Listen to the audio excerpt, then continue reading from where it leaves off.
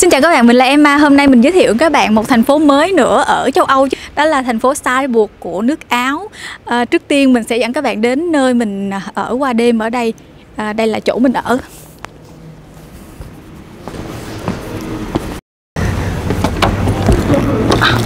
Đi vô đây.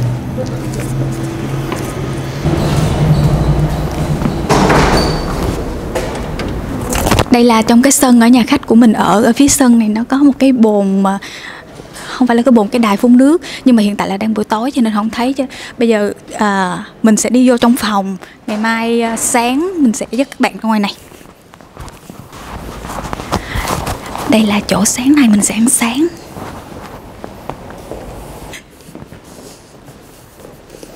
Chỗ mình ở lần này là một nhà khách, dường như trước đây nó là một nhà thờ hay sao, mình nhìn thấy kiểu giống cái nhà thờ mà cũng không chắc nữa.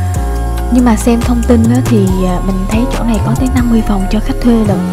Mỗi phòng nó không có rộng lắm, chỉ đủ để 2 cái giường đơn, một cái bàn nhỏ và phòng vệ sinh. Phòng mình chỉ có vậy thôi, những phòng khác mình thấy trên thông tin nó cũng nhỏ nhỏ như vậy á. Nhưng mà nhà nghỉ này có vị trí cực kỳ thuận lợi trong thành phố.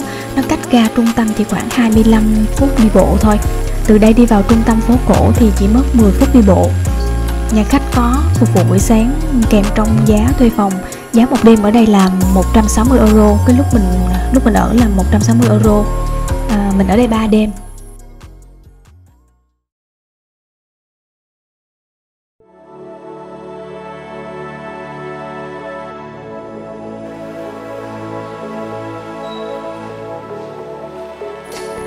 Nơi đầu tiên ở Salzburg mình muốn đề xuất nếu mà các bạn có dịp đến thăm thành phố này, đó là nhà thờ lớn. Nhà thờ lớn nó nằm ở trung tâm phố cổ luôn. Nhất định bạn phải vào bên trong nhà thờ để tận mắt nhìn thấy cái kiến trúc bên trong của nhà thờ nha. Chắc chắn là bạn sẽ ngạc nhiên á.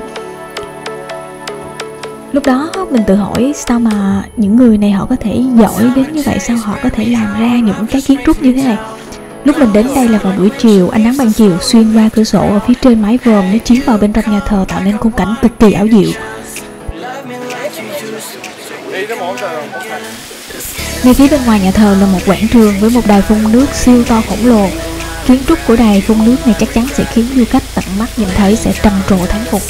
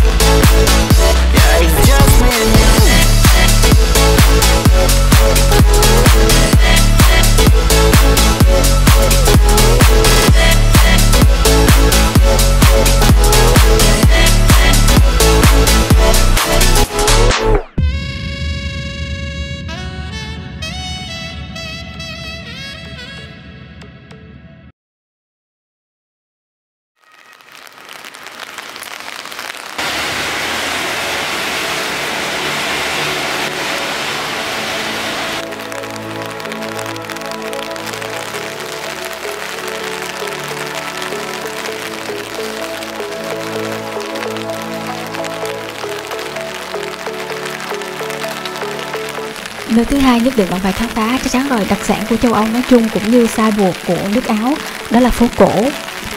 Hôm nay mình đi quanh phố cổ vào một ngày mưa rơi tầm tã. Mình đến Salzburg vào mùa thu. Mùa này ở châu Âu, một mình đi bộ trong mưa thu giữa trời Âu không lãng mạn tí nào nha. Mưa nhẹ thì còn được, nhưng mà mưa nhẹ nhẹ không có gió thì còn thấy dễ chịu. Nhưng mà hôm mình ghi hình gió làm cái dù của mình nó bật ngược lên luôn á.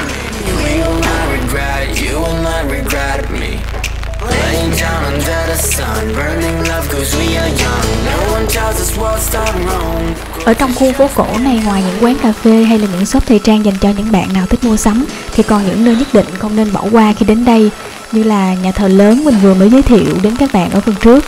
Một nơi nữa đó là ngôi nhà nơi mà Mozart được sinh ra, mình sẽ giới thiệu ở phần sau của video này. Còn một nơi nữa nhất định không nên bỏ qua, đó là lâu đài Salzburg nằm ở phía trên đồi ở trên kia. Mình sẽ giới thiệu đến các bạn ở phần tiếp ngay sau đây.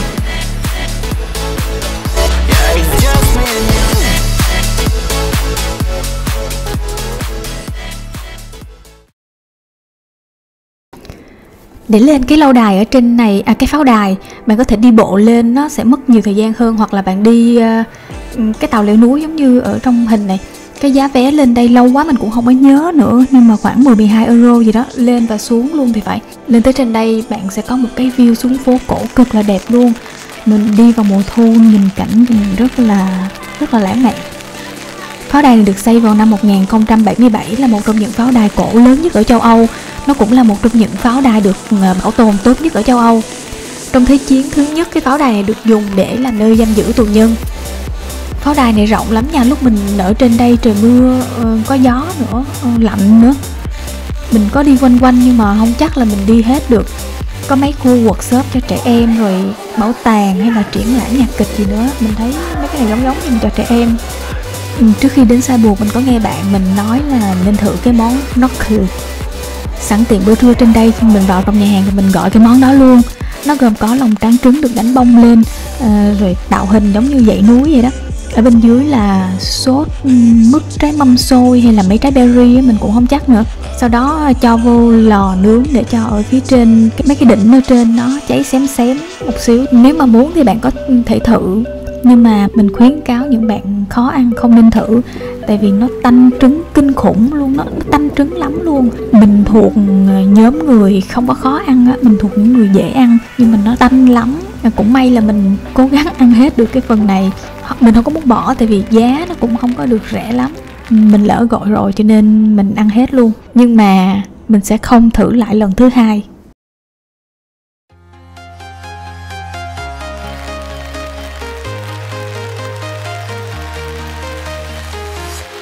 Nếu bạn đã đến Salzburg thì một nơi không thể bỏ qua đó là bảo tàng nơi thiên tài âm nhạc Mozart được sinh ra.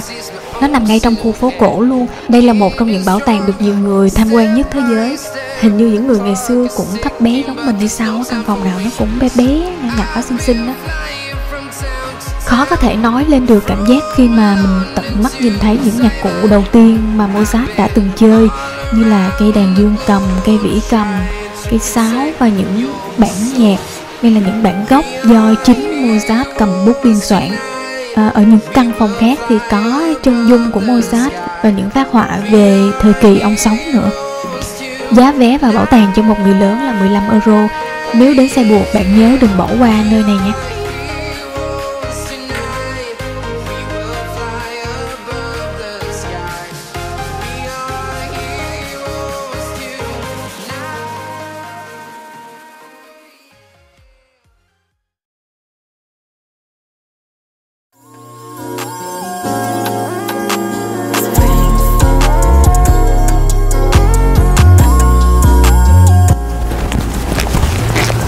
Mình đang ở vườn Mirabell. Bây giờ mình sẽ cùng các bạn xem cái vườn này như thế nào ha.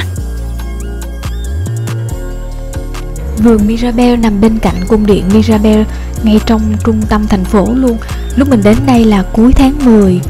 Cây lá trong vườn đã ngã sang màu đỏ, màu vàng, nhưng mà hoa nó vẫn còn nở khá là nhiều.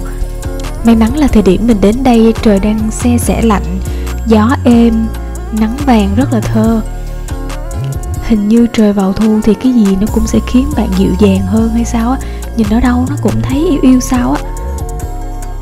Bạn nào thích chụp ảnh thì chỉ cần vào vườn Mirabell thôi là chắc chắn bạn đã có một bộ ảnh lung linh rồi. Ở trên kia là cái pháo đài Salzburg á, cái hồi nãy mình vừa mới giới thiệu với các bạn.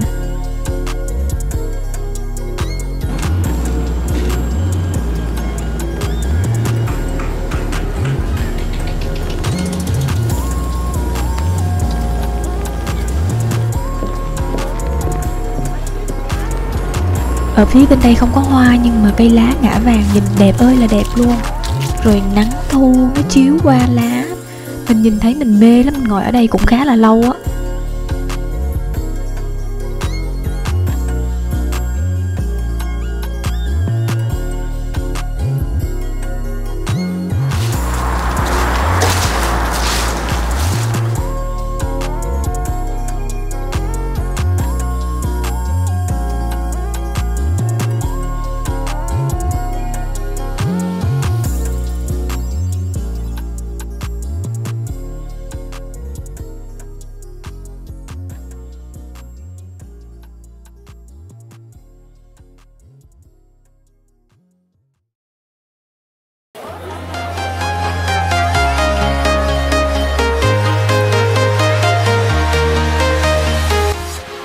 Khi đến châu Âu, một trong những nét văn hóa đáng để trải nghiệm đó là đi đến chợ phiên.